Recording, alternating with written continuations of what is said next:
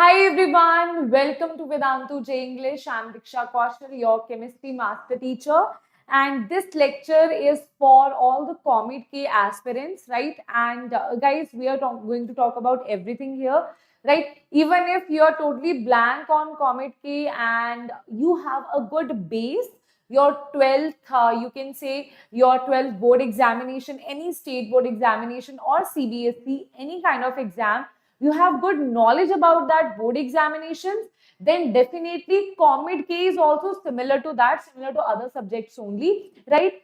But the difference is you should have an approach of competitive exams, right? So today we are going to see some questions of COMEDK, right? And we are also going to see the pattern here.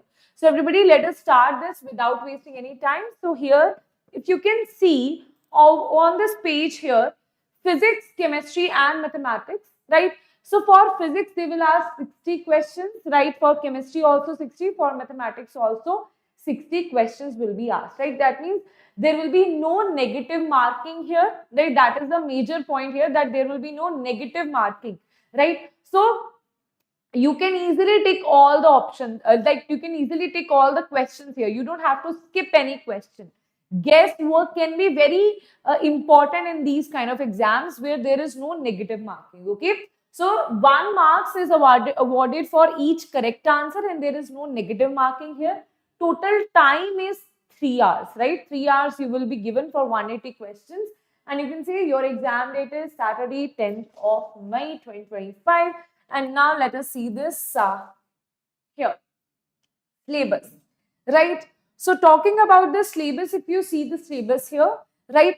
This is from class 11, the chapters, right? It is similar to JEE Mains only. There is no as such difference, right? So it is similar to JEE Mains that you can see here, right? Class 12, it is similar to JEE Mains, right? So you don't have to worry about any new chapter that, okay, some chapters, ma'am, that are there in JEE Advanced, those chapter can be there in COMEDK also. So you don't need to worry about that thing. That is a very, very important point here, right? Okay, students, so shall we start? Right. So let us start the questions here. First question on your screen is, now, first question is, for a given reaction, this reaction is given to you, the order of reaction with respect to X and Y are M and N respectively. So with respect to M and X and Y, M and N are given to you, right? Okay, so that means X and Y is given to you. The reaction of X is triple and Y is decreased to 1 by 3. What is the ratio between new rate and the original rate? So how to answer this? Simply what you have to do here, students, you should know the rate law here, right? So rate law is not given to us for a reaction, for a given reaction, that is this, with respect to X and Y are this and this. That means they are saying that R is equals to K X raised to power M Y raised to power N, right? Now, R dash is when X is getting tripled, that means concentration of X is tripled and Y is decreased to 1 by 3, right? So that is going to be K 3X because it is triple and this will be 1 by 3 of Y raised to power N, right? Now what will happen? This will be K X raised to power M and this will be Y raised to power N, Y raised to power N. This will be 3 raised to power M. This will be 1 by 3 raised to power N, right? This thing is nothing but this is your original, that is R, right? So this is R dash, this is R dash, this is R and this is 3 raised to power M minus N. That is going to be your answer here. So you can just put it here. That is going to be your answer, okay? So the ratio between new rate, ratio, you can easily write the ratio here, students. You can easily write the ratio here. Ratio is going to be what? R dash by R is going to be 3 raised to power M minus N. So answer is going to be A is the correct answer, okay? Right? Okay? Yes. These are actually mixed questions, right? Some are previous year questions, some are related to the previous year questions, right? So directly I have not picked only the previous year or only the non-PYQs. Most of it is PYQs and others are the questions that are similar to PYQs, okay? Right? Now, next if you see A is the correct answer, next is Identify the final product form. Now you have to identify the final product form when benzamide undergoes the following reactions. Okay, so benzamide is undergoing the following reaction. This is the reaction that it is undergoing. Okay, now first is you have Br2 and KOH. Now how many of you will tell me what is the name of this reaction? What is the name? Very important naming reaction from amine. What is the name of this reaction? What is the name of this reaction? I'm waiting for your answers. I'll give you that, okay, this CO will vanish off and here you will have the formation of, this is NH2, right? You will have the formation of aniline here. What is this reaction? What is the name of this reaction? After this, on aniline, you are adding maybe acid anhydride or you add acyl chloride in the presence of pyridine. Then there takes a reaction that is acetylation. That reaction is called acetylation. So now here what will happen? This is your benzene. This is the benzene. This is NH. This is C, or you can say, ma'am, here you can draw C double bond O, CH3, right? So this COCH3 will replace the hydrogen here. So that is acetylation, right? Yes, very good, Shweta. That is Hoffman bromamide degradation. And here acetylation will occur. Can you name this? Can you name this? Is this acetanilate? Is this aniline? Is this acetophenone? Is this benzoic acid? Definitely no. Answer is acetanilate. A is the correct answer. Okay, right? Next question is, you have two statements, assertion and reasoning are given below. Two statements, guys, they have given you two statements here, right? Are given below. Choose the correct option here. So you have to choose the correct answer here, right? So first is assertion. Assertion says that N-propyl tert-butyl ether can be readily prepared in the laboratory by Williamson synthesis reaction. Okay, so if you see N-propyl tert-butyl, what is N-propyl tert-butyl? Everybody, what is N-propyl tert-butyl? Okay, so this is ether. One side you have tert-butyl. One side you have 1, 2, 3 N-propyl. Okay, so that is N-propyl tert-butyl. Hydrogen you can draw yourself. Also, I'll just write the condensed form here. That is this. Okay, now this can easily be prepared. Yes, this can be prepared. Right? Then the reaction occurs by SN1 attack of primary alkoxide on tert alkyl halide. Now, this is not a right statement. Tert alkyl halide, that itself is not a correct statement. Reason being, can you tell me the reason? Now, student, the reason is because in Williamson synthesis reaction, I'll just not. Okay, what you have to do, what I'll do now, I'll just place it here, right? I'll write my own explanation, right? So here, you need to remember one thing that, let's say you have any Williamson synthesis reaction, that is RONA plus RX, right? The condition here is that, here this should be primary halide. This should be primary halide. That means in that case, there will be 1, 2, 3 and this will be your halide, right? Plus this will be 1, 2, 3, this will be ONA, this will be your alkoxide. That's how you will have the formation of, this is ether, here you have propyl and here you have your alkoxide. That's how you will have your answer. Okay, so one thing you should be clear, that this is going to be, halide should always be primary, it cannot be tertiary. So this will be the false statement here. So you can say that assertion is correct and the reason is incorrect. So answer will be C is the correct answer here, right? Okay. Next question on your screen we have. 4 statements are given. You are given with 4 statements here. Identify the incorrect statement here. Okay, so you are provided with 4 statements, students, and you have to predict the incorrect statement here. Phenol has lower pKa value than p-cresol. Okay, so phenol as compared to para-cresol, that means on the para position you should have CH3 here, right? Wait a minute.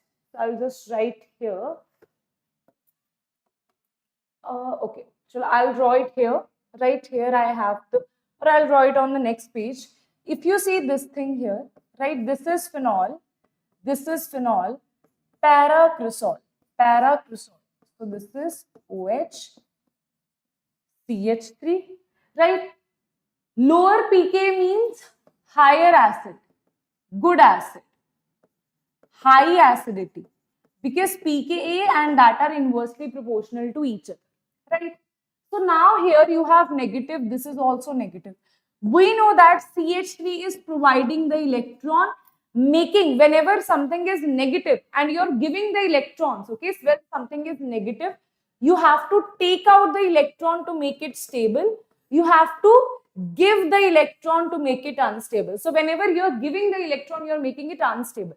That means this will be less acidic as compared to this. So answer is first is the correct answer here. That is the correct statement. 2-chlorophenol is more acidic. Now next is 2-chlorophenol is more acidic than phenol. 2-chlorophenol. Okay, so that means here you have phenol. On the second position you have chloro is more acidic than phenol. Now you have to compare it with the phenol. Now that is definitely more acidic. Can you tell me the reason? Because here it is showing minus I effect. It will take out electrons here, right? It is showing minus I effect. Do you know that this, ma'am, this also has lone pairs, ma'am. This shows minus I and plus M also because of the lone pairs. But one thing to remember here is that minus I effect is more dominating in case of halogens, right? So that is why minus I effect is more dominating. That's why we can say that it is taking out the electrons here. Hence, it is making it very stable. So it is a good acid as compared to phenol. So you can definitely say this is the correct statement here as well. Third is ortho-para nitrophenols can be separated by steam distillation. That is correct. Since para-nitrophenol is more steam volatile. No, that is the incorrect thing. Why? Because ortho-nitrophenol is steam volatile, not para. Para is not steam volatile. Ortho is more steam volatile. So this will be the incorrect statement here. Phenol on reaction with this is the oxidizing agent K2Cr2O7 yields a conjugated diketone, right? That is also correct. So phenol, if you see, this is the phenol, right? This is phenol. So under very high oxidizing agent, right? In acidic medium, you are using K2Cr2O7, it will give you conjugated diketone, right? That is the correct statement. So we can say which of the following is incorrect here. So incorrect is C, that is A is the incorrect option here, right? Okay, A is the incorrect option here, right? Next is identify the final product formed when toluene undergoes a series of reaction with the reagents given in the order. So now here what they have given you are the reagents, right? Identify the final product formed when toluene undergoes the series of reaction with the reagents given in the order that is given to you, like the Cl2, water, acetophenone, all these things are given to you. First thing is what you have, toluene, right? Now we know that toluene, when it is reacted with Cl2, wait a minute, this is toluene, this is reacted with Cl2 sunlight, okay, that means free radical mechanism. So what will happen here? Here CH2 hydrogens will be replaced by Cl, right?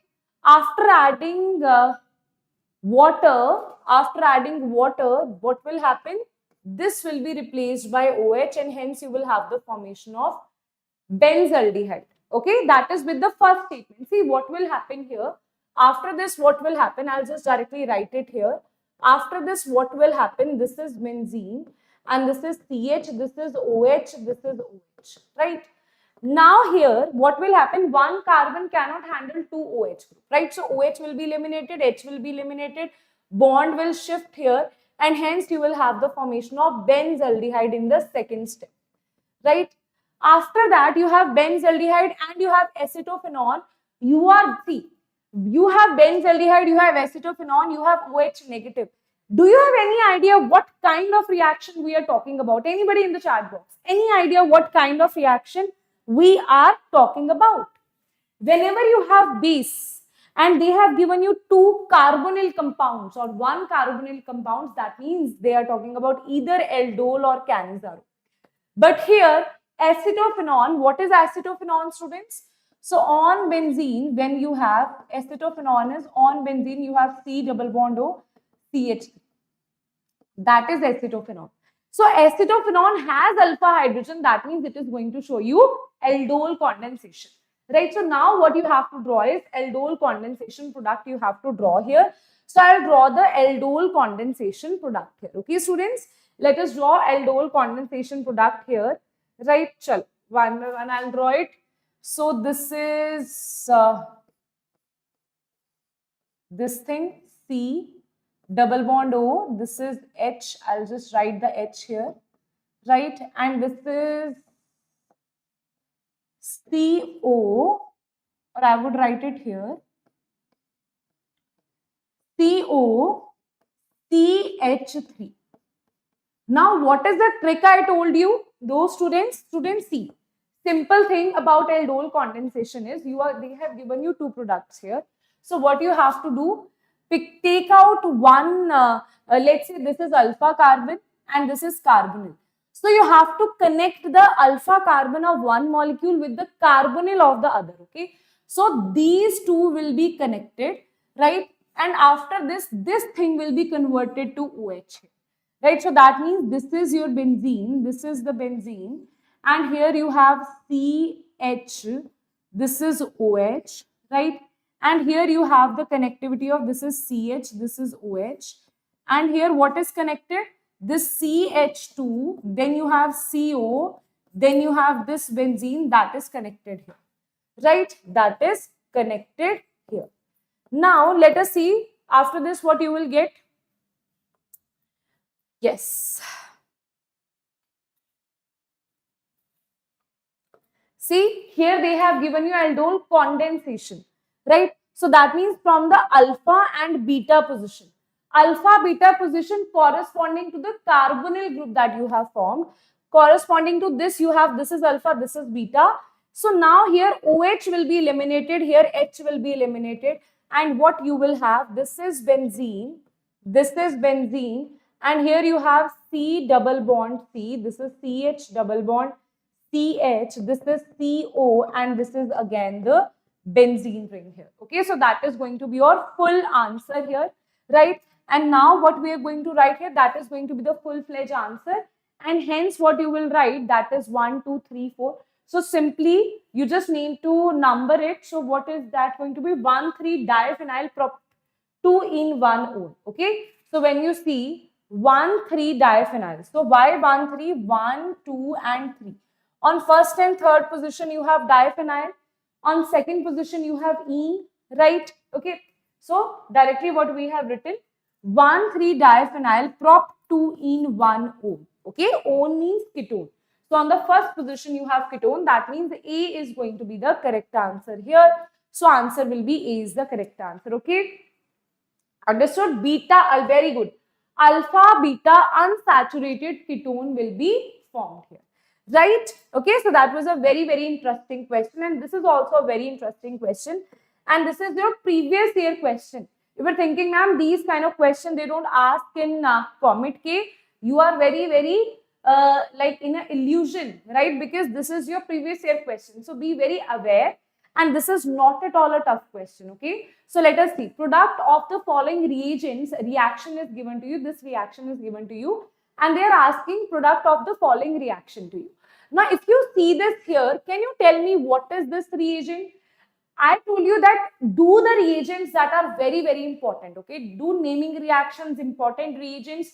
That is going to be very important for your next upcoming exams, right? So here it is oxymercuration, demercuration. So that follows Markovnikov rule, okay? That follows Markovnikov rule, right? Okay. Then in oxymercuration, demercuration, right, that follows Markovnikov rule. Here what you will see that this is, here it will be double bond, okay. So this is the reactant here that you will have. This is double bond and this is one. This is the reaction that you have. This is the reactant that you have. Now in Markovnikov rule, negative is attached to less number of hydrogen. So that means the negative part is attached to less number of hydrogens here, right? So what you will do here, negative part means here we are adding OH negative and H positive. So that's why negative part is OH negative. That will break the double bond. So you will break the double bond here. Double bond will, that means pi bond will break here. Everything else will stay the same. And here you will have the attachment of less number of hydrogen is here or here. Less number of hydrogen are over here, right? So that's why one methyl, and here you will have one OH group that is attached, right? Now, some students, they will directly answer, ma'am, A is the correct answer, but that's where you will be wrong, okay? Reason is because in these kind of reactions, what will happen when you have O and OH group here, OH and H will be eliminated from this side and water will be taken out here, and that's how your answer will be. Let's see, your answer is going to be, to draw this is tough. So what I'll do, this is 1, let's say I'm drawing it 1, 2, 3, 4, 5, and this is the 6. On 6, that means what you can do, draw a 6-membered ring, draw a 6-membered ring, draw a 6-membered ring here, right? Okay, and oxygen you can draw in between here, right? Once you draw the 6-membered ring, after that what you're going to do, you know that on 6th position, on 5th position you have 2 methyl groups. Okay, let's say I am writing it as this is the 6th one, right? So this is 5th, this is 4th, 3rd, 2nd, and this is 1. Okay, so on the 5th position you have 2 methyl groups. Okay, so that I'll draw here 2 methyl groups, and on the 1st position you have 1 methyl group. Okay, this is what you have. So now you have to pick out this thing here, and one more thing, you forgot to draw one ring here. Okay, there is also one more ring that is from 1st position to 4th position. Okay, so 1 to 4, there is also one more ring that you can draw over here, right? So that ring is 1, 2, 3, 4, 5, 6. This is also 1, 2, 3, 4, 5, 6. Okay, so that's why I draw a ring directly here, because two cyclohexane rings, when they have to fuse together, that's how you can form it. Okay, so that is the reason. As you can see in the answer itself, you can see that if I draw oxygen here, if I take oxygen, on the adjacent 1 position you have 2 methyl group, on this side you have 1 methyl group, 2 methyl group, 1 methyl group, and 1, 2, 3, 4, 5, 6-membered ring. That means B is the correct answer here. That means B is the correct answer. Is that clear to everybody? Right? Okay, students, is this getting clear to everybody or not?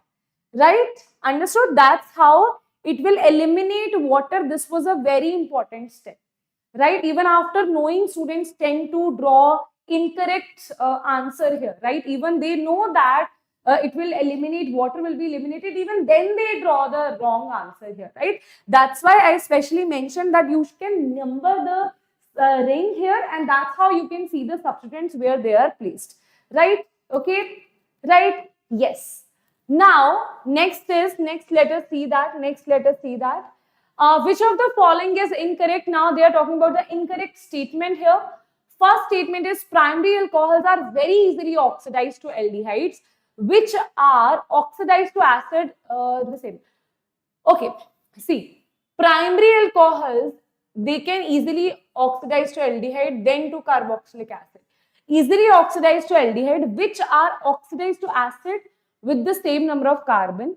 Secondary alcohols are very easily oxidized to ketone, which are oxidized to acids with the same number of carbon, which are oxidized to acid with lesser number of carbons. With oxidized to acid with less number. Wait a minute. Secondary and tertiary alcohols on oxidation form acids. Okay.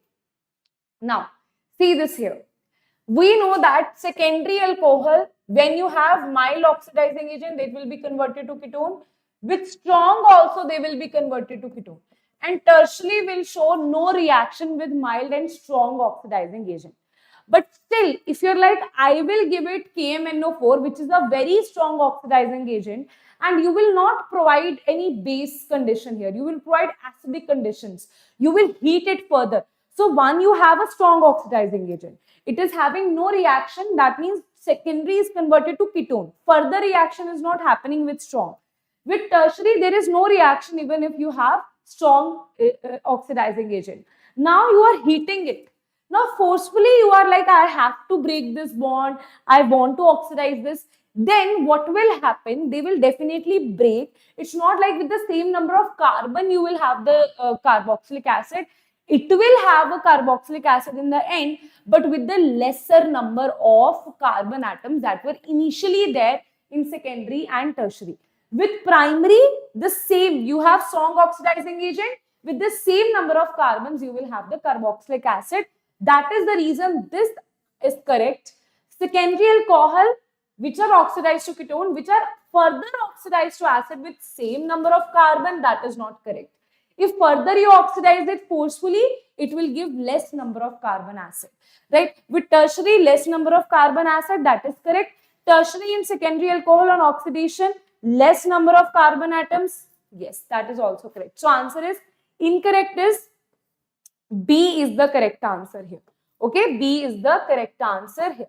Next question is very important, that is acetophenone when reacted with a base is given to you, yields a stable compound which has a structure. Now this is again your previous year question. Now this again you can see the focus, okay? Try to, and you know what, they ask more question regarding organic chemistry as compared to inorganic and physical chemistry. It's not like there is some partiality among that, but yes, this is what they ask, right? So here I'll just switch it here. Acetophenone you have, right? Okay, acetophenone in the same way, students, now everybody do this with me. One carbonyl carbon, or you can say one molecule, you will focus on carbonyl carbon. In the other molecule, you will focus on the alpha carbon. So this is the other molecule, let us see. This is the other molecule, that is COCH2, and this is H, right? So this is your alpha carbon. So you have to connect the carbonyl carbon with the alpha carbon, okay? So I'll connect the carbonyl carbon with the alpha carbon. I'll convert the carbonyl carbon into OH, right? So what I'll do here, this is benzene, and here what I have to do, this is C, this is OH, this is CH, this is CH3, right? And here it is connected to this, that is CH2, this is CO, and this is your benzene. And now I'll take out from alpha and beta position, I'll take out water. So this will be taken out, this will be taken out, and hence you will have the answer as, that is, this is the benzene, right? And here this is CH, I'll write CH3 here to make it like more symmetrical.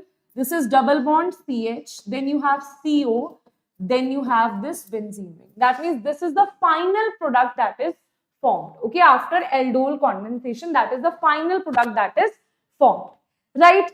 Don't worry, we will definitely take session on AEEE also, don't worry about that, right? Okay, one by one we are focusing on every exam, right? But I would really advise you guys attend the session of all the exams here, because the syllabus is somewhat similar. Yes, the way of asking the question, the marking scheme, the hours provided is different, and the difficulty level is also different, right? But if you want to practice questions, so try to practice whatever mock test we are taking here, right? That will be very beneficial for all the exams, right?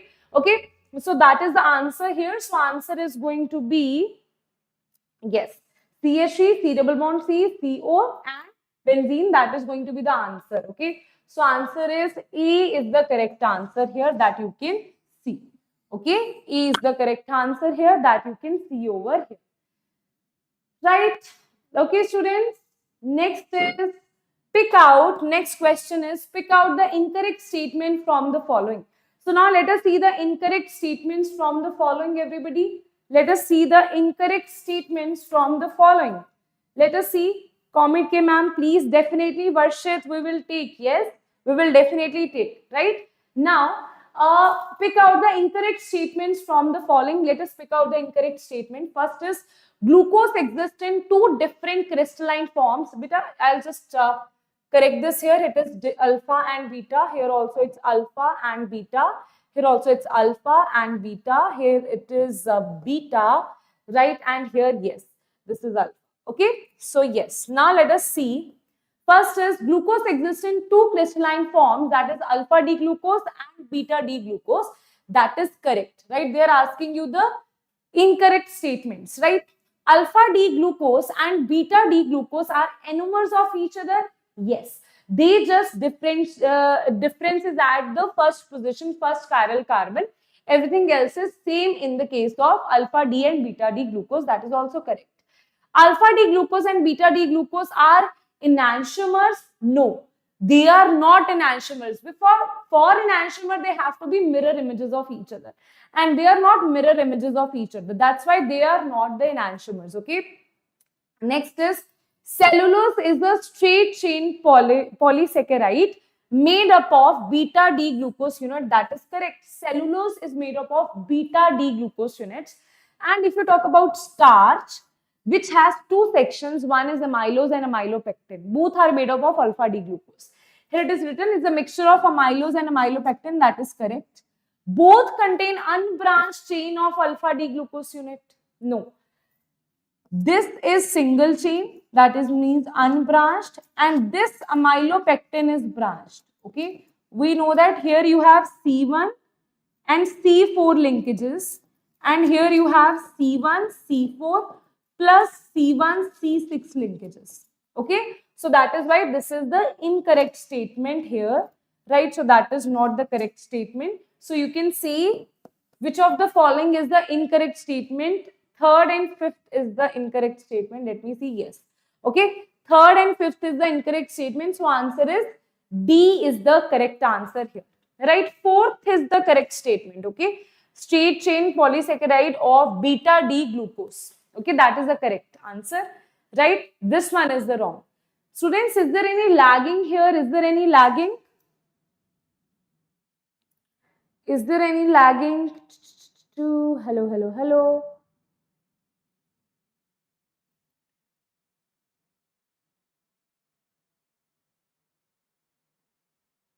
Hello.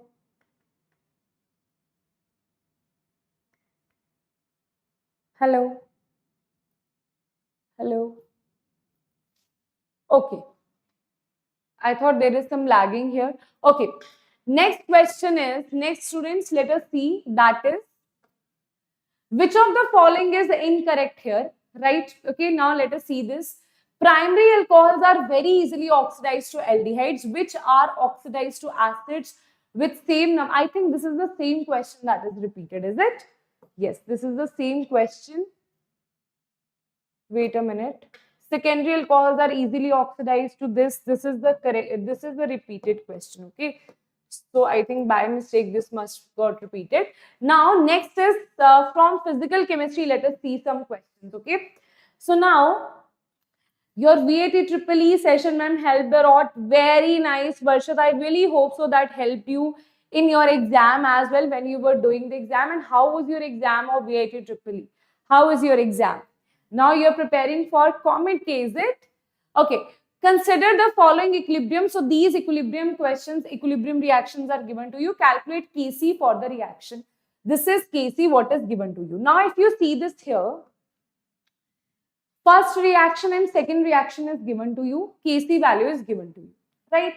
Equilibrium constant value. Now one thing, I have to make this equation out of these two equations. So I'll take this is, for example, Kc1. This is Kc2. I'll take this as Kc. Okay. So what I can do here, what if this is NOBr? I need NOBr here, right? Okay. So N2 I need on the reverse side. That means this I will reverse. Firstly, this will be reversed. That means it will be inversed. Okay. Because N2 I want on this side. Then this is N2 and this is half of N2. That means this will also be divided by 2. So this will be 1 by 2, this will be 1 by 2, this will be 1 by 2, right? So this will give rise to this kind of reaction, that is half of N2 plus half of O2 give rise to NO. And here you have NO plus half Br, right? So when you add NO here, wait a minute, I'll just draw it here. When you add half of N2 plus half of O2 plus NO plus you have half of Br give rise to NOBr plus you have NO here. Now NO will be cancelled, and this is the reaction that you will have half of N2, half of O2, half of Br2 give rise to NOBr. That means what I have to do, I have to reverse this reaction and I have to divide it by 2. That means 1 by 2 will be in the power. So that will make it 1 by 2 will be in the power. That will make it under root, right? So it will be 1 by under root Kc1, right? And then I have to add it with this. Whenever you add two reactions, their equilibrium constants are multiplied with each other. So that is Kc2. That will be your final Kc here, right? So what you have to do now, you just have to put these values here. That is what you can do. You can just put these values here. So Kc will be equals to 1 by Kc1. What is Kc1? That is under root of 2.4 into 10 raised to power 20, right? And this is Kc2. What is Kc2, students? Kc2 is, wait a minute, that is 1.4. Now you just have to solve it, okay? That will be your answer of Kc.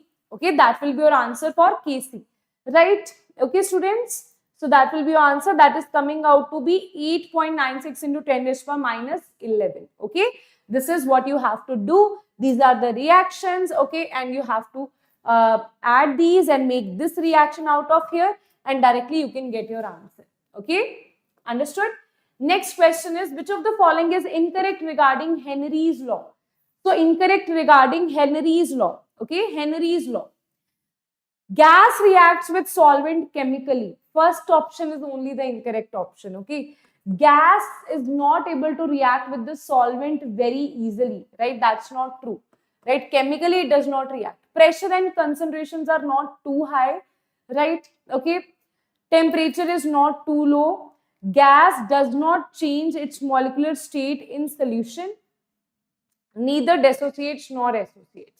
In a solution, it will not change the molecular state. That is also right. So first statement is the incorrect statement, that gas reacts with solvent chemically. That is the incorrect statement here. So answer is, most of the gases obey Henry's law when gases do not react with solvent chemically, right? They don't react with the solvent chemically. So answer will be right. Okay. So answer will be E is the correct answer. Okay.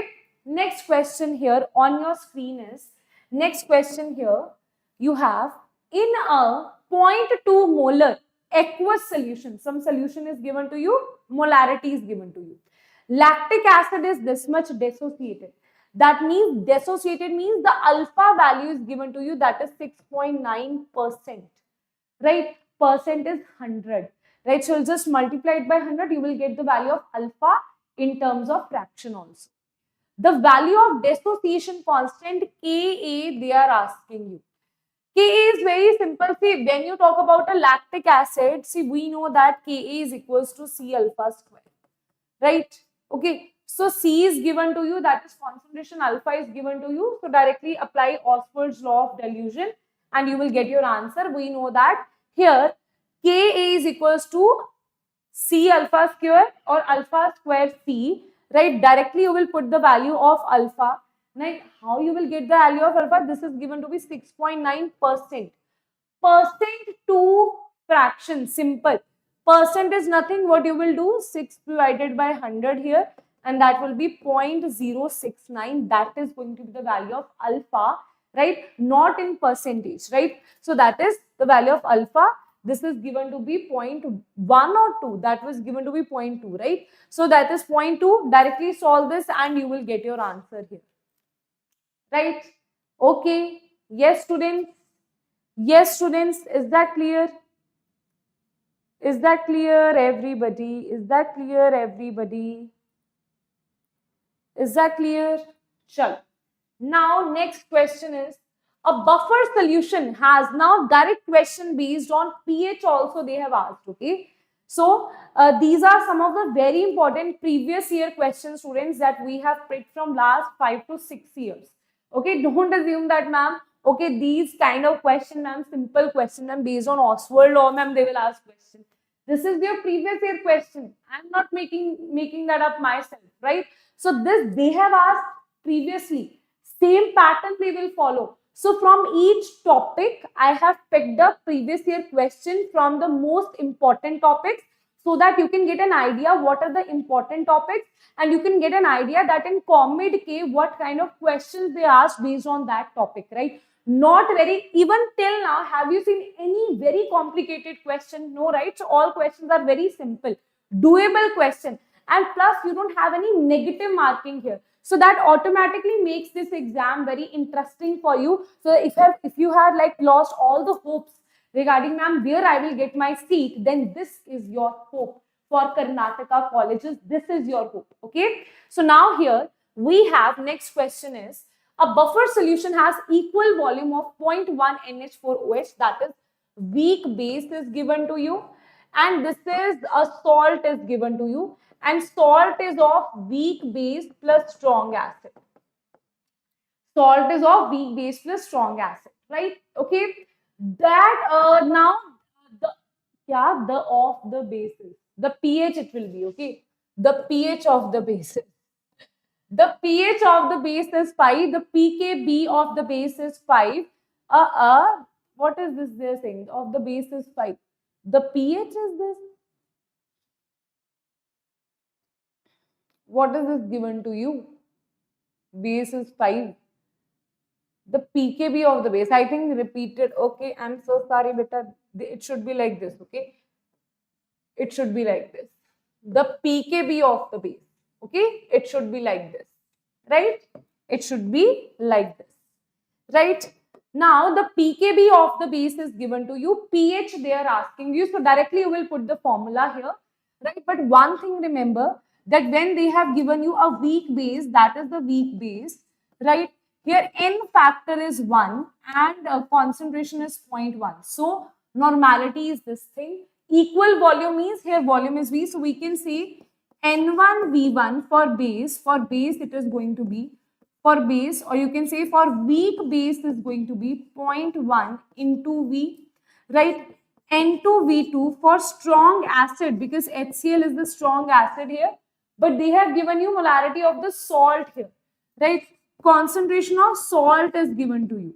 Salt is given to be, concentration is given to be, concentration is given to be 0.01 and volume is equal here, right? So what you will do, directly put the value of pH here, that is equals to, pH is equals to basically pH, so you can calculate from pOH.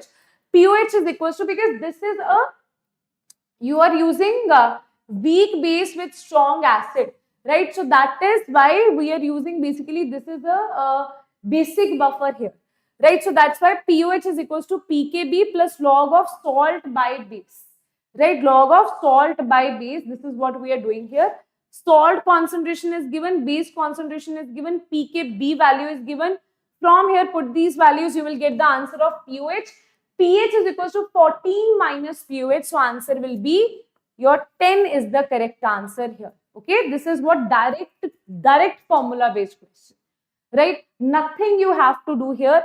Directly you are putting the values in the formula and you're getting your value here directly, right? So not a very big deal, very easy question, right? Next is the correct decreasing order of negative electron gain enthalpy for these values, okay? Negative electron gain enthalpy. So if you talk about the negative electron gain enthalpy, right? That means the tendency, right? That after negative means whenever you are gaining, you are eating something, you're feeling happy. So fluorine is a very electronegative, right? It will gain the electron, it will feel very happy, right? Okay. Then see, if you compare fluorine with chlorine and bromine, then fluorine is not having the highest value because fluorine also have a very small size. But as compared to oxygen, it is more, right? As compared to oxygen, it is more. So it will be, fluorine will be maximum. It is maximum here. Then oxygen or carbon, here oxygen is more, here carbon is more. Definitely not, because oxygen is more electronegative, it wants to gain the electron as compared to carbon. So answer will be A is the correct answer, fluorine, oxygen, carbon. Then you will have the metals which are electropositive in nature, aluminium, and then you will have calcium, right? Okay, next we have, next is titanium 2 positive is purple while Ti4 positive is colorless because of the reason. See, whenever you have anything related to colorless, colored, directly apply, see the electronic configuration, apply it here. Where you see DD transitions, there will be colored, okay? Where you don't see DD transition, that will be not colored, right? Titanium, we know that it is 22 atomic number, so it is 4s2 3d2. 2 to 4s2 3d2, right? Now, if you take out 2 electrons here, it is going to be 3d2. So, it is surely going to be colored. But if you have Ti4 positive, it is going to be 3d0. So, it is colorless because of no DD transition. No DD transition. So, what you can say, not related to small, not related to Friedel. Wait a minute. This is related to configuration here. Titanium 2 positive has 3d2. What that is correct here, right? Now, T2 positive is very small compared to this, hence absorb, no, right? There is no crystal field effect in Ti4 positive, that you can see that in Ti4 positive crystal field effect means if you see DD transitions are not there, right? Okay, so that you need to learn here, that where DD transitions are not there, that you can directly answer that this is titanium 2 positive with 3d2 configuration. That is why DD transitions are present here. That is the reason it is a colored compound, right? Rest of this is not giving us the exact answer that why this is happening, right? Okay, so next question is, which among the following is diamagnetic in nature? Now you have to see which of the following is diamagnetic in nature. So anybody in the chat box, students, don't worry, we will take, you can just write it down in the comment section. What are the different exam that you are preparing for? We will definitely take out exam. We will definitely bring some question regarding that exam as well. You can just let me know in the chat, in the comment section as well. Okay. Now, which among the following is diamagnetic? Diamagnetic simply means it is having no unpaired electron. No unpaired electron. Okay. So in this case, if you see here, in weak field ligand, it is very difficult. Let's pick out strong field ligand, because strong field ligand has high chances of diamagnetic. Okay, so always pick out strong field ligand firstly. This is having x minus 4 is equals to minus 2, so x is equals to plus 2. That means nickel, that was originally 4s2 3d8. Now after taking 2 electrons, it will be 3d8 only, right? It will be 3d8 only. Now, if you see this here, it will cause the pairing 1, 2, 3, 4, 5, 6, 7, 8. So, there will be no unpaired electron here. It is going to be diamagnetic, right? So, answer will be first is the correct answer, but still, right, still you have to see this one also. So, this is x minus 6 is equals to minus 3. Because you need to know, see in the exam sometimes more than one option is correct, but that is not in the case of COMEDK. So might be if that is something, in that case, you should see, one thing is if that is something, they have given the incorrect answers only then, right? This should not be diamagnetic. According to logic, this should not be diamagnetic, right? So x is equals to plus 3.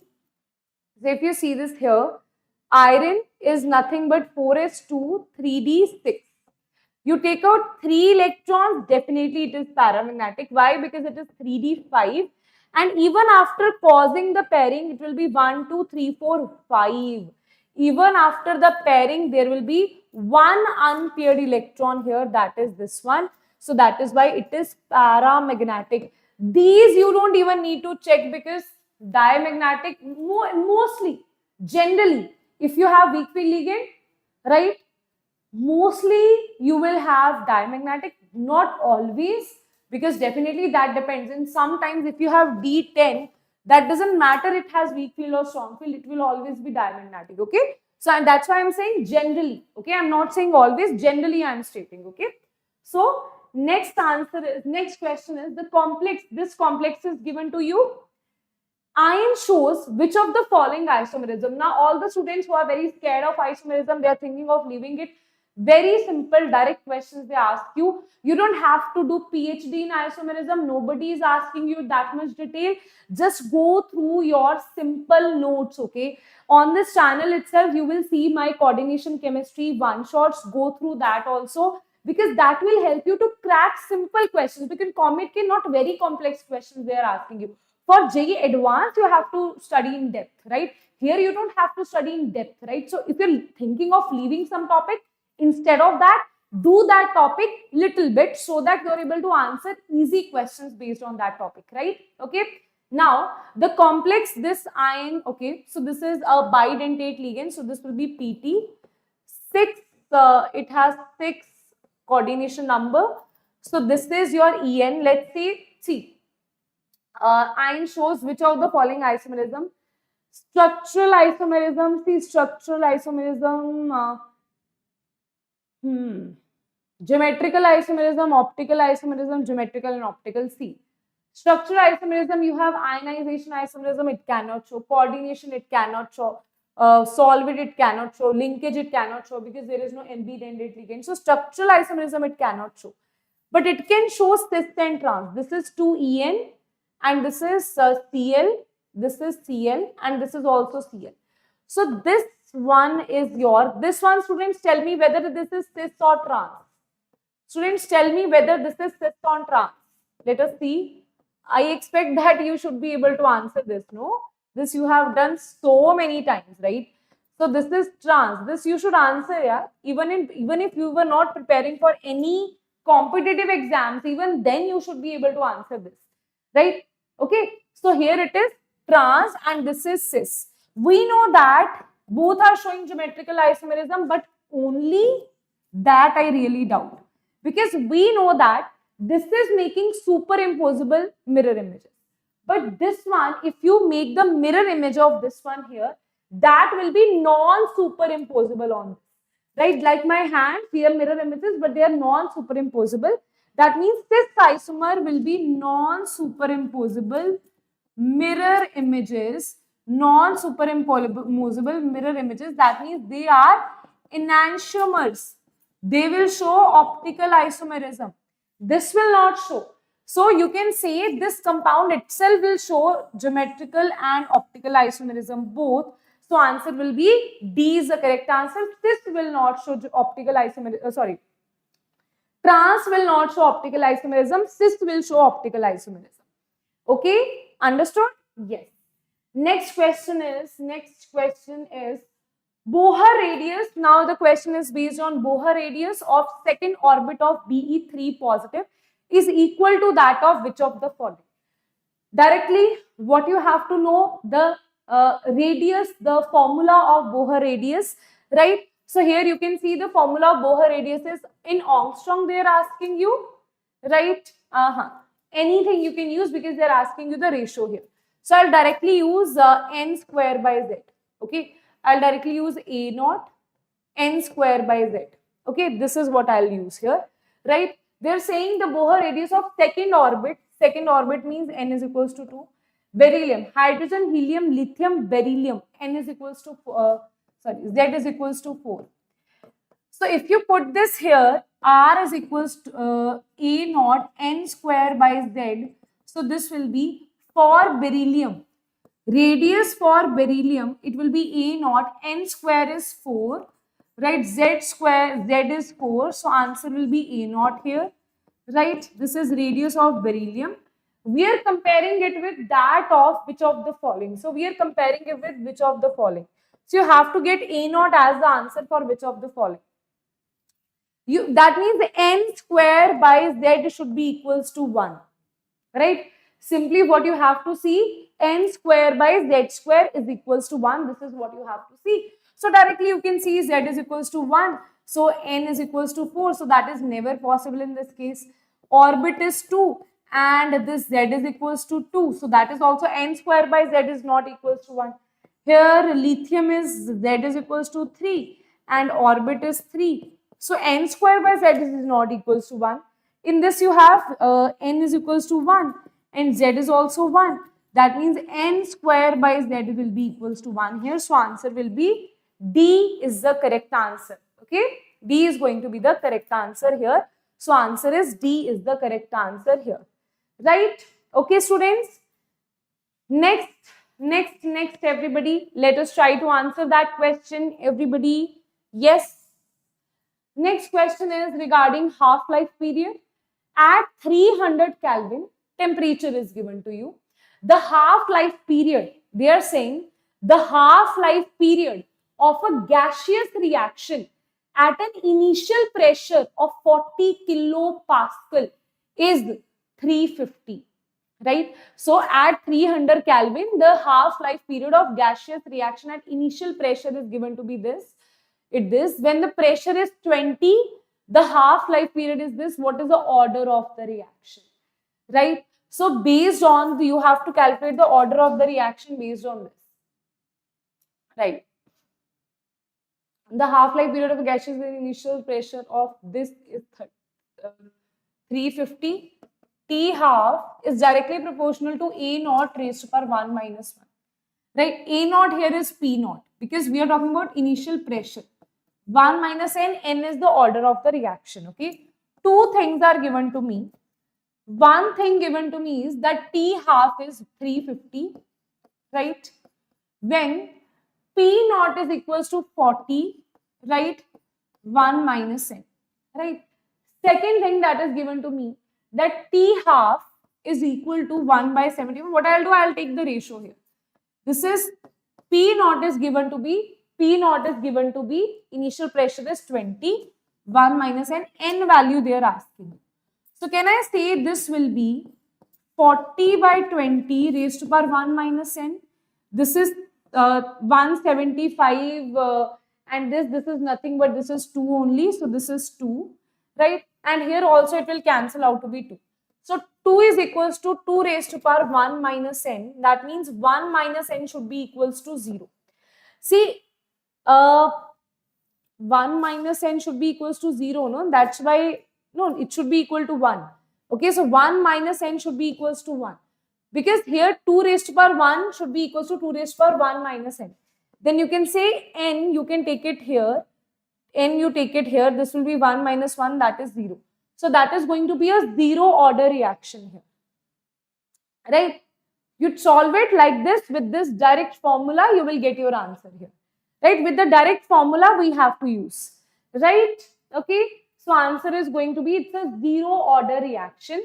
Right? That is going to be the correct answer. Next question on your screen is, abnormal colligative properties are observed only when the dissolved non-volatile solute is given dilute in a given dilute solution. So they are saying abnormal colligative properties are observed only when dissolved non-volatile solute in a given solution is a non-electrolyte, offers intense color, associates and dissociates, offers no color. Right? We talk about abnormal molar mass. Right? Abnormal colligative property. So we talk about von Hoff factor, right? That happens only when there is association and dissociation, right? We only talk about von Hoff factor when there is association, dissociation. So answer will be very good C. Very good students, Anita, Virshit, very good Shweta. You guys are answering very good. That associates and dissociates, right? Okay. No worries, beta, no worries. Kavi, don't worry. These are useless people out there, right? They only know this and that stuff. They will roam around after some years. They will have no job, nothing, right? And so don't worry about them. These are useless people. You will laugh at them and what they are doing with their life, right? Okay. Even an animal could have done something better with their life, right? Right now, even animals are doing better in their life, right? They are also going into police and all that. But these people, useless. So it's like when you are like, when God has given you birth as a human being, you have arms, you have brain, you can speak, you can talk, you can express your emotions, you can cry, you can smile, you can laugh, what not you can do as a human being. But still, what they choose is this. right? Still they choose to be a psychopath here, right? So that is their failure in life. That is, in fact, I should not say this, but actually it's the failure of the upbringing that they have been given, right? So that's their failure. You just chill and relax, okay?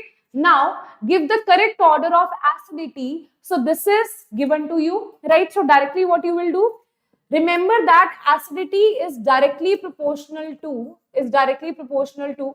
oxidation state. It is directly proportional to oxidation state, right? So if you see this here, the oxidation state, or you can say it is directly proportional to number of oxygen atoms divided by central metal atom. So central metal atom is 1 only, maximum number of oxygen is 4, then 3, then 2, then 1.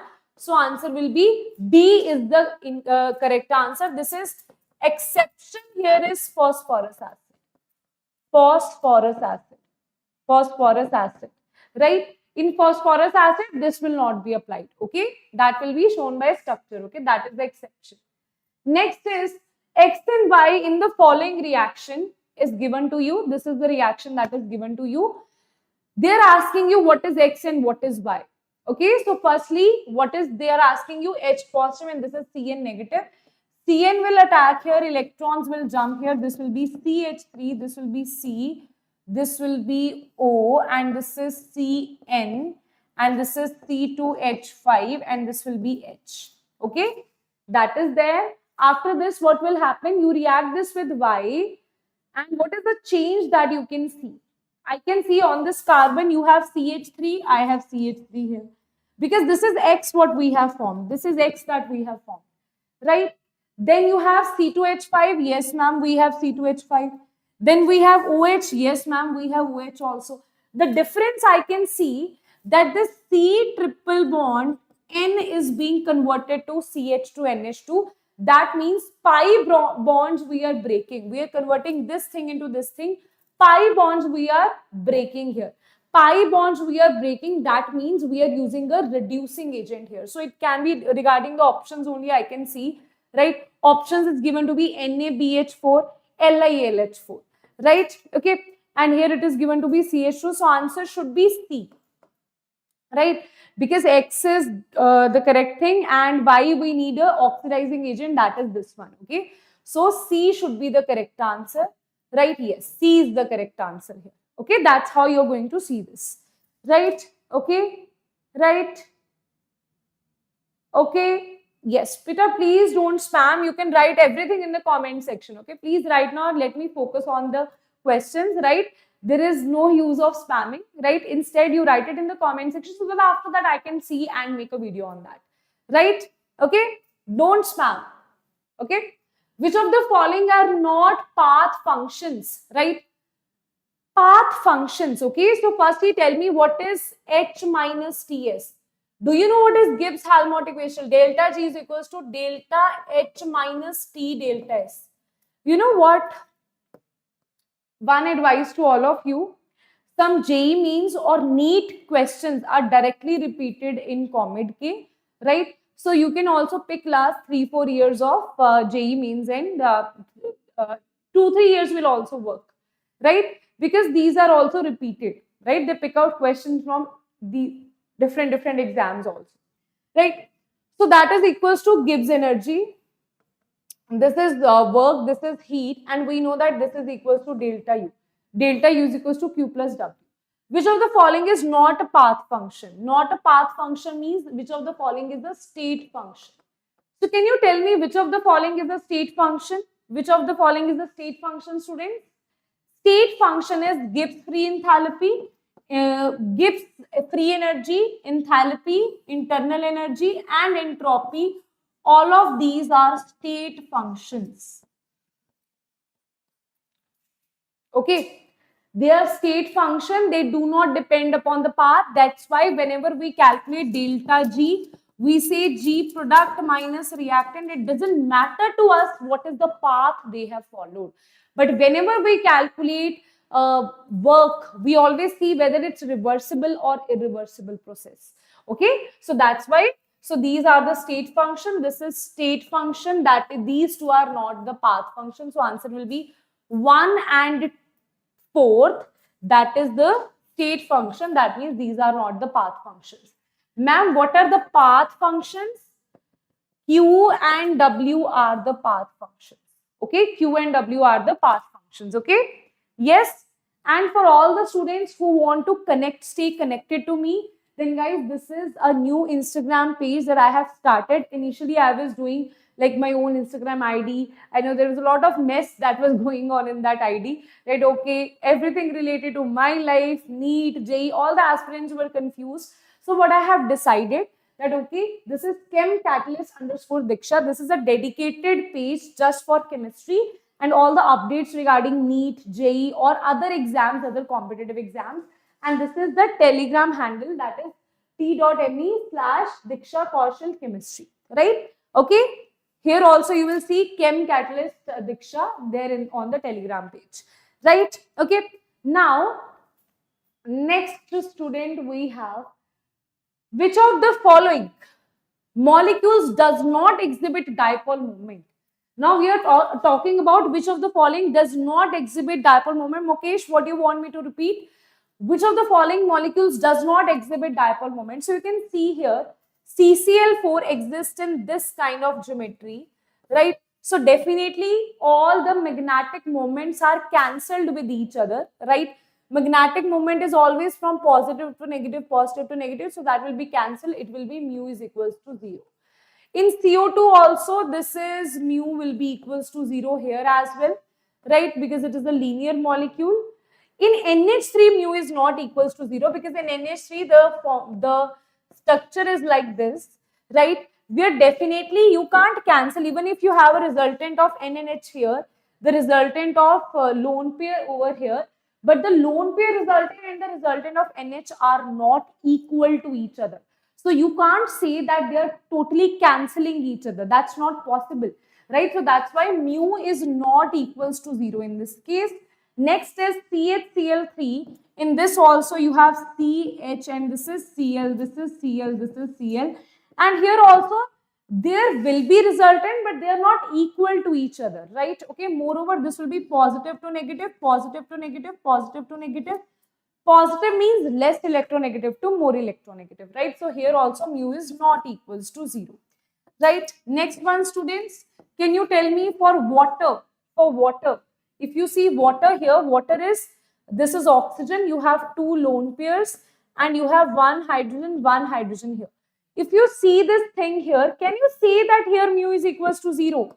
No, reason being because here it is moving from atom to lone pair, atom to lone pair, positive to negative, positive to negative. They're adding up here. So again here mu is not equals to 0. Again here mu is not equals to 0.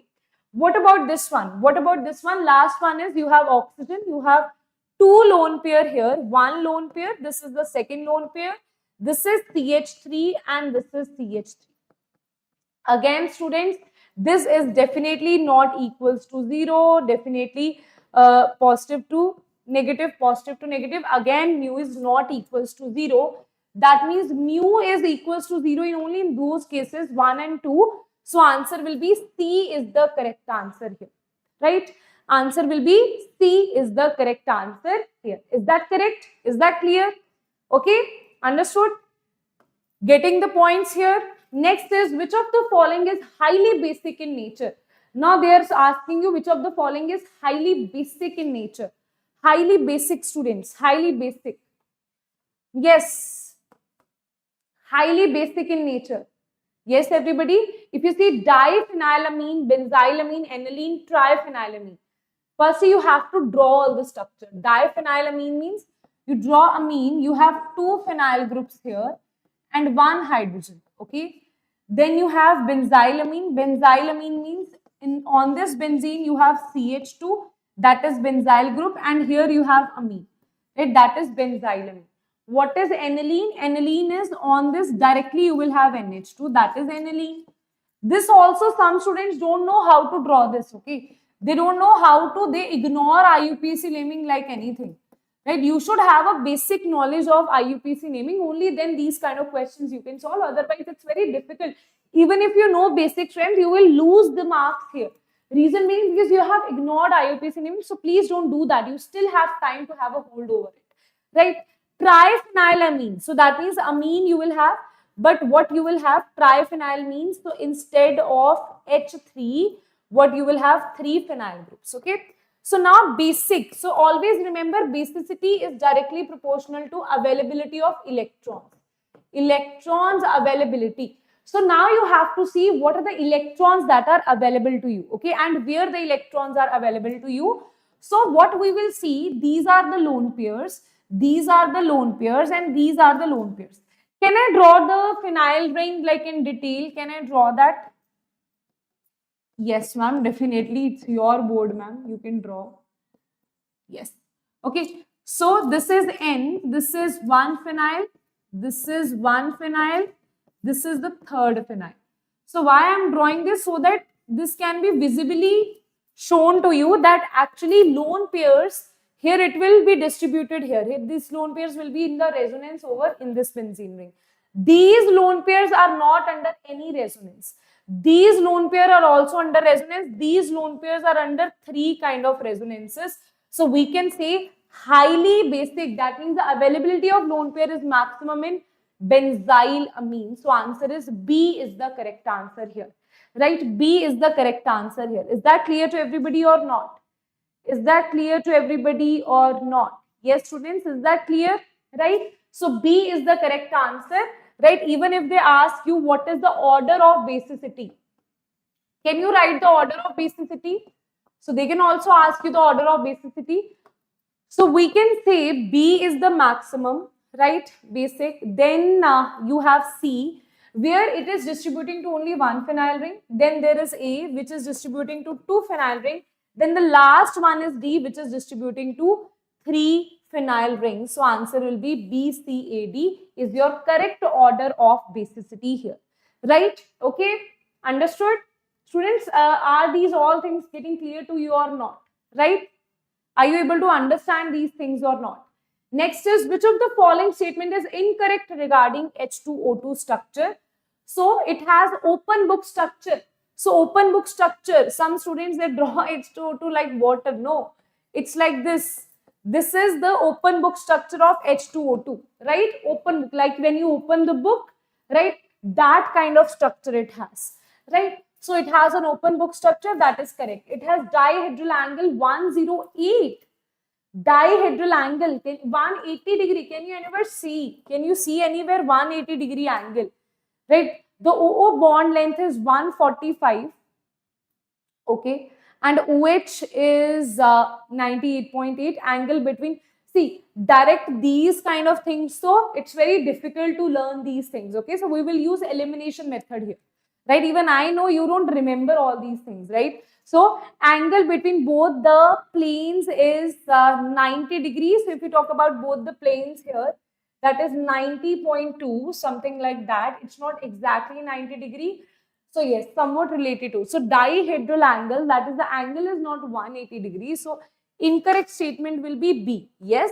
So incorrect statement will be B. Because this also you can say angle between both the planes. Okay. These planes. Still we can say this angle is very like slightly more than 90, that's it. So we can say it is 90.2 something. But dihedral angle, right, is 180 degree. Can you say 180 degree angle here? Not at all, right? So answer will be B is incorrect. H2O2 has open book structure, OO spins. Dihedral angle is 111 degrees. Okay, so that is B is the incorrect answer here. Next question is, increasing bond order of oxygen and its ion is oxygen and its ions. They are asking you the bond order. So students, for this directly remember the MOT trick here. We will use the trick directly here. 14 we know that it is, then it is 15, then it is 16. For 14, can you tell me what is the bond order directly from the trick?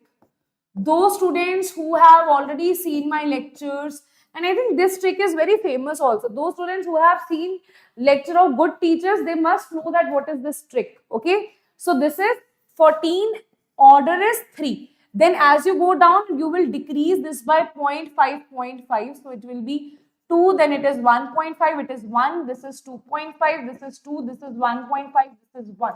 That is how you will tell the bond order according to the number of electrons that you have, right? So Sweta has already answered it, right? Okay, anybody else wish? Varshit, Kavi, Bhagwat, yes, everybody, let me know in the chat box. What are your answers? I want to see your answers as well in the chat box, right? So now what you are left with, you just need to calculate the oxygen number of electrons. O2, we know that it is 8 plus 8, 16 electrons. O2 positive, it is 15 electrons. O2 negative is 17 electrons. O2 2 negative is 18 electrons, right? So we can see here it is 16 is 2, 15 is 2.5, 17 is 1.5, 18 is 1. So they are asking you with increasing order. So first will be O2 2 negative, minimum will be O2 2 negative, then there will be O2 negative, then there will be O2, then there will be O2 positive. So answer will be D is the correct answer here. Okay, D is the correct answer. Very good, very good, very good. D is the correct answer. Very good, students. Right, very good, Chirat, very good. Next, let us see pH of pH of 10 raised to power minus 3 molar solution of KOH is. So now you have 10 raised to power minus 3 molar solution of KOH, right? So that means pH they are asking you, right? So this is a strong base. Now this is the equation C. This is 0.003, sorry, 001. That is definitely greater than 10 raised to power minus 6, right? If your concentration is greater than 10 raised to power minus 6, you can ignore the concentration of OH from the water. So I'll just ignore it. That means OH negative will be equals to 10 raised to power minus 3 molar, because N factor is also 1 here, right? Because N factor is 1, so we can directly say OH negative is equals to 10 raised to power minus 3 here.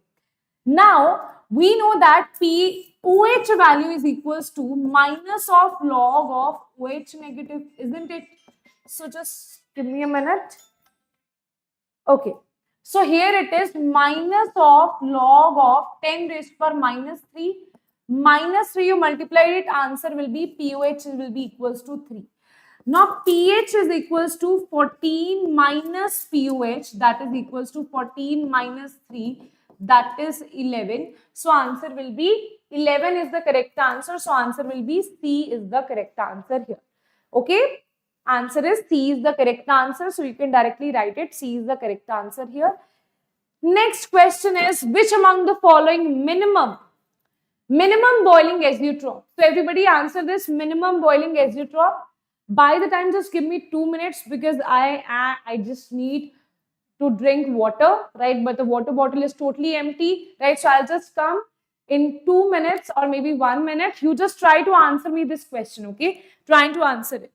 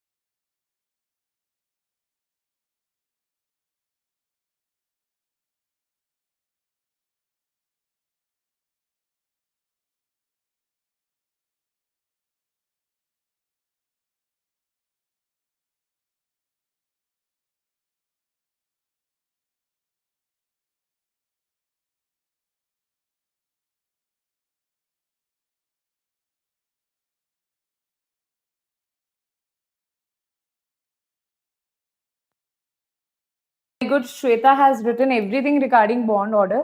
Very good. Now you guys, Chirit, Vishrit, Shweta, all of you are saying that ma'am C is the correct answer. Let us see that. Right. So here it is. Which among the following forms minimum boiling azeotrope? So here it is minimum boiling azeotrope. Let me just move the cursor here.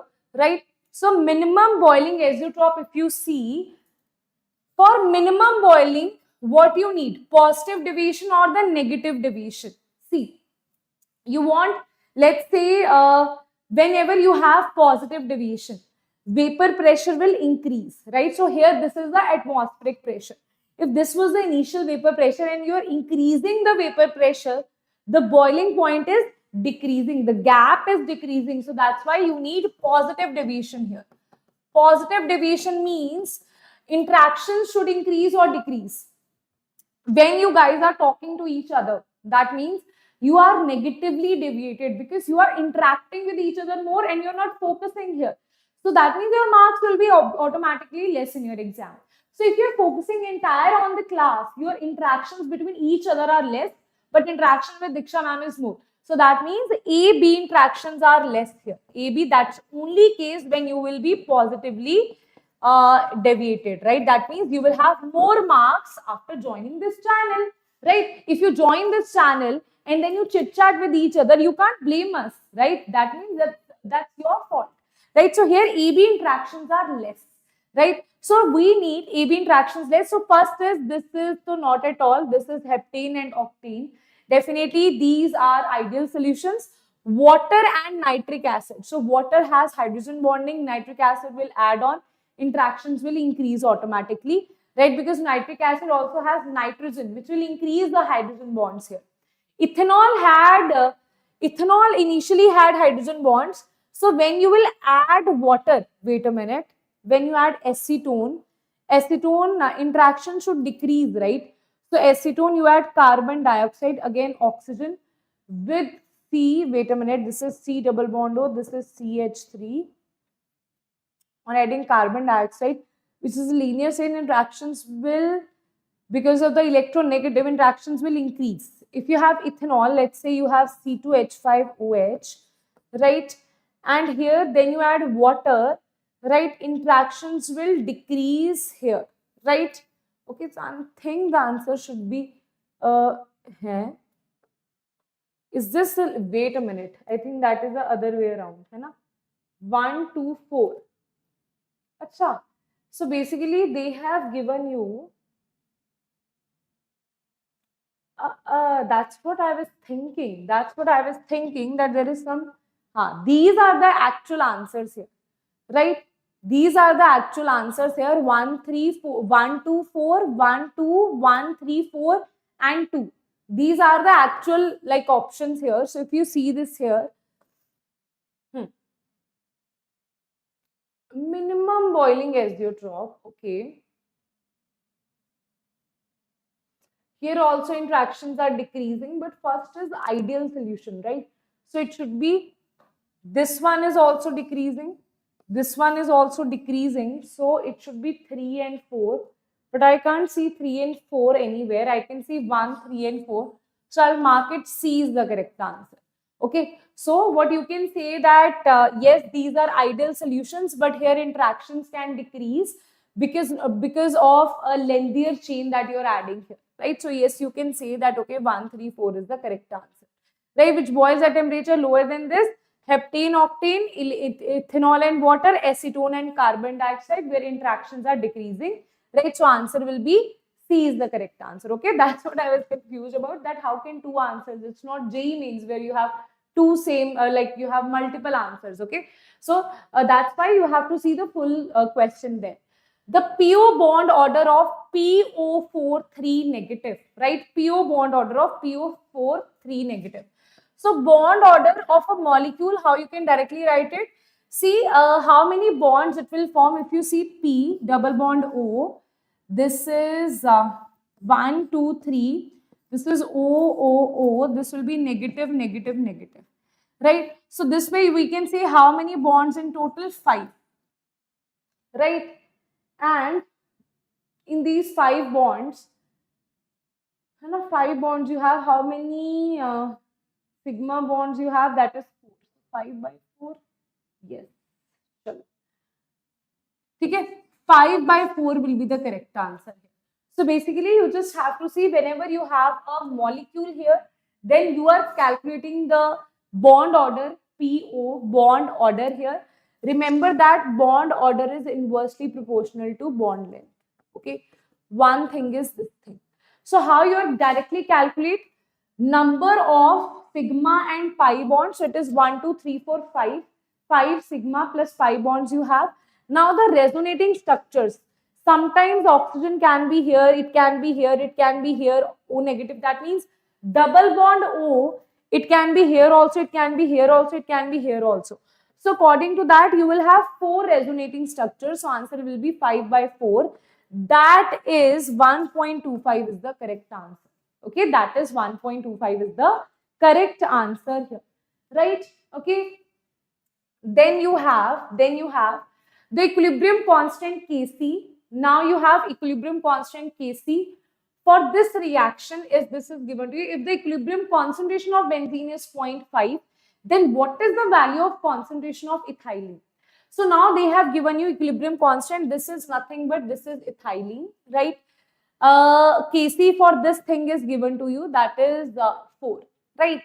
If the equilibrium concentration of benzene, that is this concentration is given to you, then what is the value of concentration of ethylene, right? So equilibrium constant, first you have to solve. Equilibrium constant is C6H6 divided by C2H2 raised to power 3. That means this will be C2H2 concentration. This is C6H6 divided by Kc, right? Now here this is cube, so it will be under root, not under root, this will be cube root here, right? That is this thing, right? So now you just have to put these values and get your answer. You'll put the value, that is C2H2 is going to be, this is this is given to be 0.5, concentration is 0.5, right? Here it is given to be 4, right? This will be 1 by 3. So this is nothing but 1 by 8, 1 by 3, that will be nothing but 1 by 2, that is 0.5. So answer of C2H2, that is ethylene, is going to be 0.5 here. So answer is 0.5 is the correct answer. And then what is the value of concentration of ethylene? That is 0.5 is the correct answer here. Right? Okay. Next question is, what will be the EMF of the following cell? This is given to you and they are asking you the EMF of the following cell, right? This is the cell representation, right? Okay, let us see. Let us see. Right, students?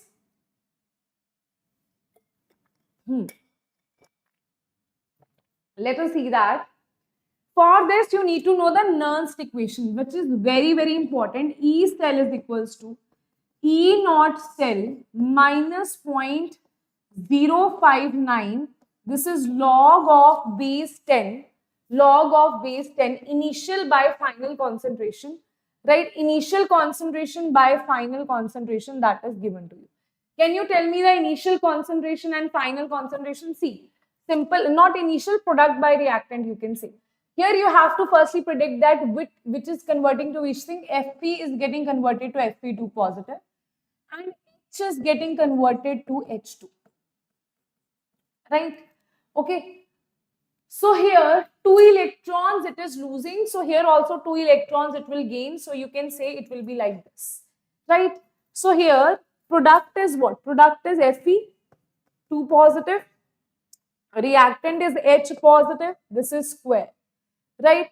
So what you have to put here, everybody, what you have to put here, this is H positive, this is square, right? So what you have to put here, just give me a second. H positive, this is square. So what you have to put here, right? Fe2 positive is 0.01, H positive is 0.01, right? So here E naught is given to you. See, E naught you will calculate, E naught will be equals to E naught cathode minus anode. So can you tell me what is cathode? Cathode was the one which is, this is always A and C. Initially, before salt bridge it is A, after salt bridge it is C. right? So it is E and C. So E is your Fe is the anode side, cathode side is H. So you can say for hydrogen, we know that it is 0, minus of anode. Anode is Fe, and the reduction potential, that means whenever oxidation number is decreasing here, that means they have given you reduction potential here. See, when applying Nernst equation, there are so many steps that you can do wrong. Okay, that's why I'm mentioning this. You have to check that this is reduction potential. Yes, this is reduction potential. Then you put the reduction potential here. That is minus 0.44. That will come out to be 0.44 volt. Right? So you can put it here 0.44 minus of 0.059 log of, this is nothing but Fe is this is 10 raised to power minus 3. This will be 10 raised to power minus 2 square. That will be 10 raised to power minus 4. That will come out to be, this is 0.44 minus 0.05, or you can say 0.06 log base 10. This will be 10 raised to power. This will be 10 only, but it will come upwards. So it will be log base 10 is 1 only. So it will be 0.44 minus 0.06. That will be your answer. You can directly calculate. That is less than 0.44 here, right? Definitely not minus this. So wait a minute. That I think should be something 0.41, right? Yes, C is the correct answer. Okay. So C is the correct answer. You don't even need to solve this, right? We know that it cannot be equals to 0.44. We are subtracting something smaller here. So that will definitely be 0.41, right? Is that clear to everybody or not? Right? Next, let us see which among the following will not liberate nitrogen on reaction with nitrous acid. So let us see that. Dimethylamine. So dimethylamine is, this is amine. 2-methyl means CH3, and this is H, right? That is dimethylamine. 2-aminopropane, 1, 2, 3. 2-amino, on second you have amino. That is second you have NH2. That is 2-aminopropane, right? Okay. Next we have ethylamine. That is CH3, CH2, NH2. Then you have methylamine. That is CH3, NH2. See, they are saying which among the following will not liberate nitrogen gas on reaction with the nitrous acid, right? So with nitrous acid, it should be primary, right? Only then it can form N2Cl, right? Then otherwise it cannot form N2Cl. So this is primary. This is also primary. This nitrogen is connected to one carbon. This is also primary. This is not primary. So answer will be A is the correct answer, because firstly it had to get converted to N2Cl. Then it will liberate N2, right? This will be R. Basically it is going to be like this. It is going to be RNH2 getting converted to RN2Cl, giving us N2, which is liberated here. If you have R is your alkyl group. Okay, so answer will be A is the correct answer. Right? Okay, understood. So here also they have written that when you have your alkyl group, right, that is R is your alkyl group, in that case, this is not this RN2Cl. If you have alkyl, then that is not stable between 0 to 5, right? That is not stable. But if you have ArN2Cl, that is stable between 0 to 5 degrees Celsius, right? That is why you have aromatic disonium chloride. You don't have alkylated. That means you don't have CH3N2Cl. That is very unstable. It will liberate nitrogen and it will give you alcohol. But in this case, you have to warm it to get OH here, right? Okay. Next is, what will be the density of N2 gas at 230 degrees Celsius and 3 atmospheric pressure? Okay, at 230 degrees Celsius and 3 atmospheric pressure. See, directly we will apply the formula. Density is equals to PM by RT. So directly you will apply this. This is the derivation. You don't have to see. In your exam, if you want to like do the questions in a very fast manner, right? So still you have only how many minutes? 3 hours you have, right? So for 180 questions, you have 180 minutes. So you can't say that you will derive the formula, then you will put it. No, that's not practical if you actually want to score a good seat from COMEDK. See, the competition is going to be high, right? But you have to be very clear on the thought that if it is simple exam, right, no negative marking is there. If you have a proper strategy, you can get a seat through COMEDK as well in a very good institute, right? So don't worry about that. So D is equals to PM by RT. So directly I'll put it here, PM by RT here, PM by RT here. I'll directly put it here. Now, pressure is given to me, right? What will the density of N2? Molar mass is 28, pressure is 3. R, we know that that is 1 by 12. Instead of this, you put it directly 1 by 12. Okay, that will be much easy for you.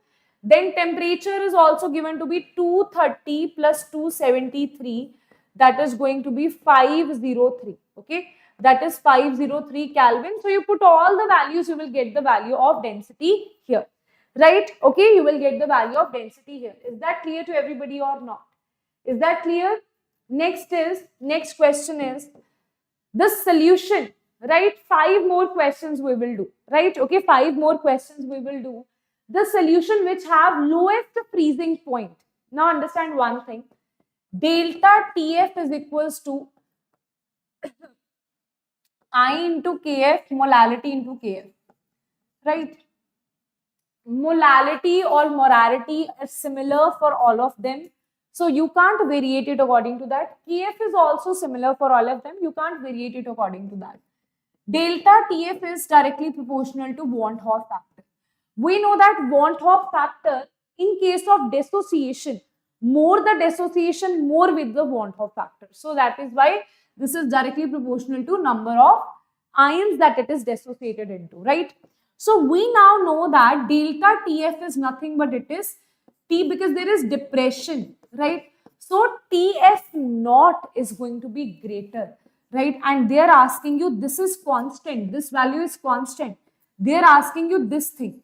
So for example, this increases, right? So this will decrease, because if this increases, right, overall, see, if this increases, this will increase. Delta TF, that means the value that you are subtracting is less, right? So that is inversely proportional. So TF is inversely proportional to number of ions that it is being dissociated to. So you can directly say that number of ions, we know that here it is 3 ions, here it is 2 ions, here it is 2 ions, here also it is 2 ions, okay? So Mg2 positive, Ne positive, NO3 negative, K positive Cl. Here you have 2K positive and you have SO4 2 negative. So answer is going to be A is your correct answer. No. Lowest they are asking, yes, because this is the highest value of N, so it will have lowest value of TF. So answer will be A is the correct answer, okay? A is the correct answer. Yes, I think Amrita University till, I don't know, I just let me check what is the last day when you can apply here, right? I think it was,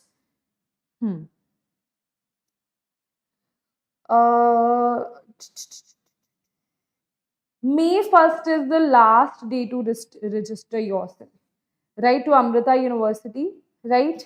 May 1st is the last day, right? So you can now also register, okay? May 1st is the last day. Okay, now next question is, for the reaction, this is the reaction that is given to you. If the initial pressure is 100, rate constant is given to you. After 20 minutes, final pressure of this.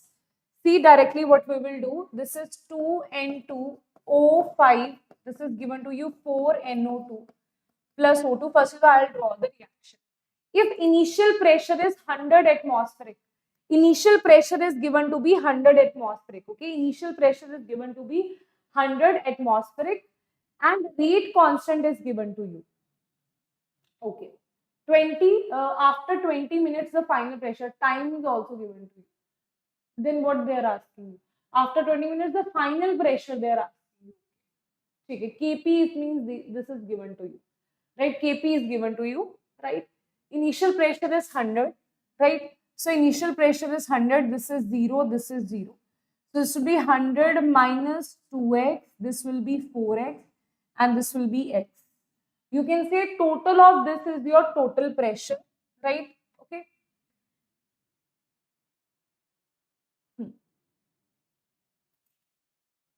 So you can use the time here. Kp is equals to, this is final, this is initial. Final pressure means you have to calculate the value of x, and you can easily calculate 100 minus 2x. This is what you have to calculate. Initial pressure, rate constant is given to you. Okay. Achha, from rate constant also you can easily answer this, no? Right.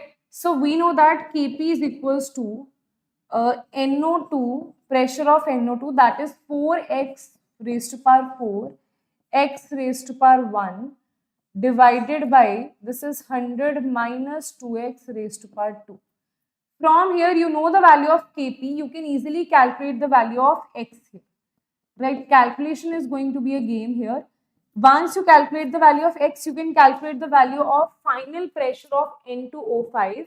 Final pressure is going to be, initial pressure is 100, so final pressure of N2O5 after 20 minutes is 100 minus 2x. So once you calculate, you just need to put the value here. Right, that is how you're going to use this. Right, that's how you're going to use this. Yes. Okay, so initial, final. Wait a minute, is this a first order reaction? Oof, I solved it by equilibrium constant. I'm sorry, beta. I solved it by equilibrium constant. So sorry. If the initial pressure is this, rate constant is given to you, not equilibrium constant. Rate constant is given to be this. That's what I was thinking, that why they have given time, right? What's the point of giving time? Because rate constant is given to you per second. We know that whenever units of K is simply, that is mole per liter, 1 minus n per second. If n value is equals to 1, only then the units will be per second. That means it says that it's a first order reaction. That means we can say that it's a first order reaction. So for a first order reaction, what is the value? Value is T is equals to 2.303. This is K log of initial pressure by final pressure. Initial pressure is given to be 100. Final pressure is 100 minus 2x. Now you can easily calculate the value of x here, right? So time is given to be what? 20, and this is in seconds. If this is in seconds, you have to convert this also into seconds. So this will also be in seconds, 20 into 60. K is given in seconds, so that will be 3.38 into 10 raised to power minus 5. From there, you can calculate the value of x, and then you can easily solve this, that final pressure of N2O5 is going to be 100 minus 2x here, right? That is how you're going to solve this value, right? Okay, understood? That is how you're going to solve this value here. That will be very, very simple and easy for you once you solve this, right? Okay, yes, everybody. First, you calculate the value of x here, right? From there, you can calculate the value of how much amount you are left with, right? Okay, so basically this directly also you can calculate this value, right? See, if you want to calculate the value of this PT directly, that also you can do. If you want to calculate, sometimes they can also ask you why I have choose this method, because sometimes they can ask you what is the pressure of NO2 at time this, then you can say 4 into x. What is the pressure of O2? You can say x is the pressure of O2. But if they're asking you N2O5, that will be 100 minus 2x only. So you can directly put here PT also. You can also put here PT. Directly you can also solve this. So that's totally your choice how you want to solve this. This method you should know so that you are also able to solve NO2 and O2 if they ask you in the exam. Right? Okay. Next question is, what is the density of N2 gas at 230 degrees Celsius and 3 pressure? Wait a minute. This we have solved, isn't it? This we have solved just now. This we have solved just now. Right? Okay. Next is the first order reaction. Molar concentration of a reactant decreases from 0.1 to this in 100-second rate constants. You see, we know the K is equals to 2.303 divided by T log of initial concentration is 0.01, final is 100. So now what you have to do, this will be 10 raised to power minus 4 here, right? So you can easily solve it, right? This will be, wait a minute, 0.1 to this, array, what ma'am is doing, this is 0.1 to 0.01, that's what. Time is given to be 100, okay? Ma'am, I think ma'am needs to drink water now, right? So this is 0.1, so you can say 10 raised to power minus 1, this is 10 raised to power minus 2, this will come out to be 10, right? That is nothing but 1. So you can easily solve this value, that will come out to be 0.02303. So answer will be B is your correct answer, okay? So you can easily solve it. So B will be the correct answer. Next is, in which one of the following, right, equilibria pressure has no effect? Pressure has no effect. So we know that according to Lee-Chartley principle, pressure is inversely proportional to number of moles. So as you increase the pressure, it will move towards less number of moles. It will move towards less number of moles. So less number of moles you need here, then what you will do? Less number of moles you need here, what you will do? Calculate the number of moles. This is 2 minus 1, delta Ng is 1. This is 3 minus 4, delta Ng is 2. 4 minus 2, no? This is 2 minus 3, delta Ng is minus 1. This is 2 minus 2, delta Ng is 0. So here in D, it will have no effect, right? In D, it will have no effect because there is no change in the number of moles. So it will have no effect there, right? Okay. Last question is 5 liter of NaOH. Last question is 5 liter of NaOH solution of pH 12 contains which of the following? Okay. So now what you have to see here, right? What they are asking you, 5 liter volume is given to you, pH is given to you. From there you can calculate the value of pOH, that is coming out to be 2. That means the concentration of OH is going to be 10 raised to power minus 2, is it? Right? pOH is 2, concentration of OH. Volume is also given to you. Volume is given to you. Volume of OH is given to be 5 liters. Right? Now, they are asking you the mass here. Right? Okay. So, they have given you concentration. They have given you this thing. So, directly what you can do here. We know that molarity is equal. So, see, very nice question this is. Okay. So, very simple question. Directly they have asked you, but still, like, you have to, like, you should be aware of two things here. Molarity is equals to weight, number of moles of solute, weight by molar mass into volume. If it is in liters, that will be perfect, right? Okay. Concentration is given to be, concentration is nothing but molarity only. That is given to be 10 raised to power minus 2 because n factor is equals to 1, right? So this is 10 raised to power minus 2. Weight we have no idea, but do you know what is the molar mass? We know that this is hydrogen is 1, this is 16, this is 23. 23, 24 plus 16, that is nothing but that is 40. So answer will be 40 here, right? This is 5 liters. So weight is going to be, this is 10 by 100, and this is 40, and this is 5. Wait a minute. This will cancel out. This will be 2. This is 2. So weight is going to be 2 grams. Okay. Weight is going to be 2 grams here. So answer will be D is the correct answer. Okay. Answer will be D is the correct answer. Is that clear to everybody?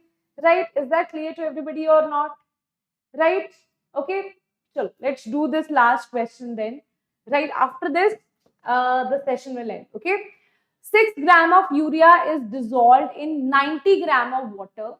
Now here they have given you 6 gram of urea, that is W2, is dissolved in 90 gram of water, that is W1. 2 always represents solute and 1 will represent solvent. That's how you should remember. At least one digit should be fixed in your head, that what is like denoting what.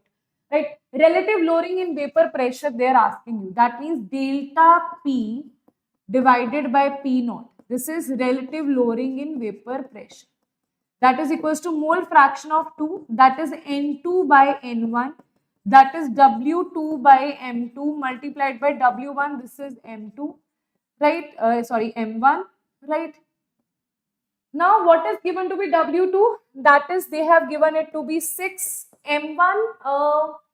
Water, we know that solvent water has 18 is the molar mass, right? 18, you can put it here. M2 of urea, urea is NH2CONH2.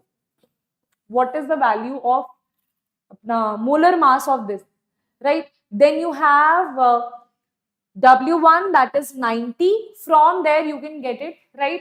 So what is the value of NH2CONH2?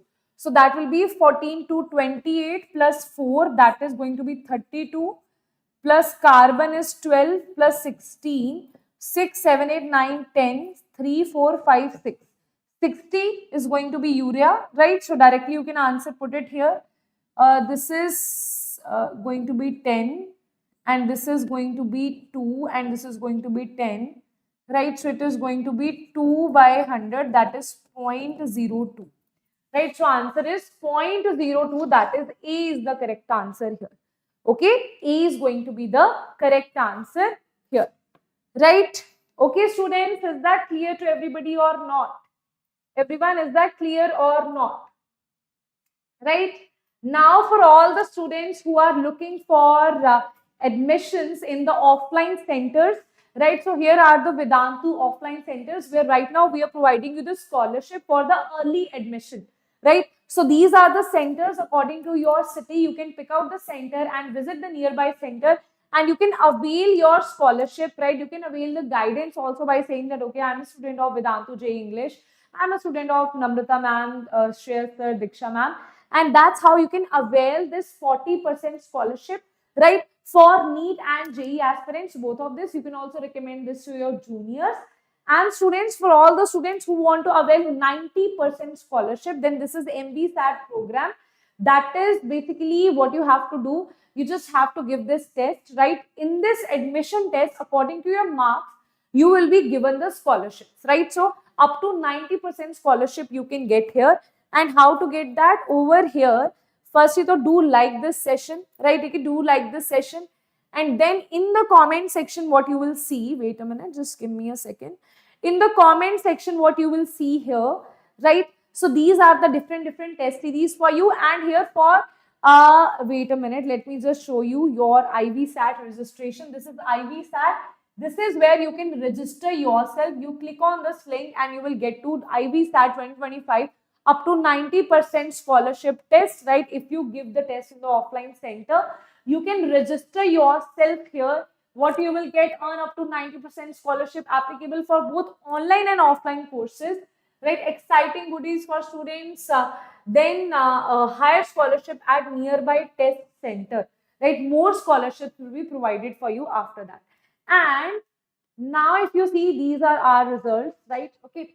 So if you see this here for JEE Advanced students here, right? Let me just show you that. And yes, because if you can see those students who are preparing for BITSAT, right? Different, see, COMEDK is also there, right? 10 test series are provided to you. BITSAT also is there. You have just at 649, because for BITSAT, you still have time. If you now only you purchase the test series, even then you can get benefited out of that, right? So BITSAT test series is out there, right? So all the different exams, dedicated test series are out there. And if you're preparing for JEE Advanced, then JEE Rank Accelerator book is there for you. In this book, what you will get, physics, chemistry, and mathematics, right? 3 books will be given to you.